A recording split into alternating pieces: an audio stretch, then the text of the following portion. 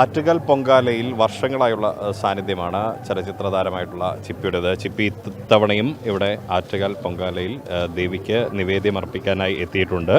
അതിൻ്റെ മുന്നൊരുക്കത്തിലാണ് ഉള്ളത്. ഇപ്പോൾ എങ്ങനെയാണ് ഇത്തവണയും വളരെ സജീവമായിട്ടുണ്ട്? അതെ, ഇത്തവണയും നടന്നുകൊണ്ടിരിക്കുന്നു. പൊങ്കാല കഴിഞ്ഞിട്ടില്ല, ഇനിയുണ്ട്. ആറ്റുകാൽ ദേവിയുടെ ഭക്തർ എന്ന് പറയുമ്പോൾ എല്ലാ മലയാളിക്കും ആദ്യം ഓർമ്മ വരുന്ന പേര് ചിപ്പിയുടേത്.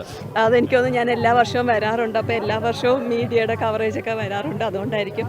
ഒരുപാട് പേരുണ്ട്. ഒരുപാട് പേരെ കാണുമ്പോൾ ഒരുപാട് ദൂരത്തുനിന്ന്, ഞാനിപ്പോൾ ട്രിവാൻഡ്രത്തുനിന്നാന്ന് തന്നെ പറയാം, പക്ഷെ ഒരുപാട് ദൂരത്തുനിന്ന് ഒരുപാട് വർഷങ്ങളായിട്ട് വരുന്നവരുണ്ട്.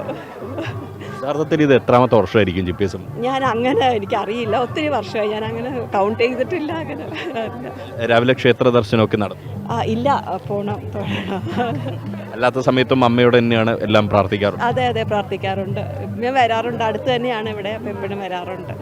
ഇത്തവണ എന്താ ഇത് നിവേദ്യം? നിവേദ്യം പൊങ്കാല, ശർക്കര പൊങ്കാലയുണ്ട്, പിന്നെ പയറുണ്ട്, വെള്ളപ്പൊങ്കാലയുണ്ട്. Okay, thank U.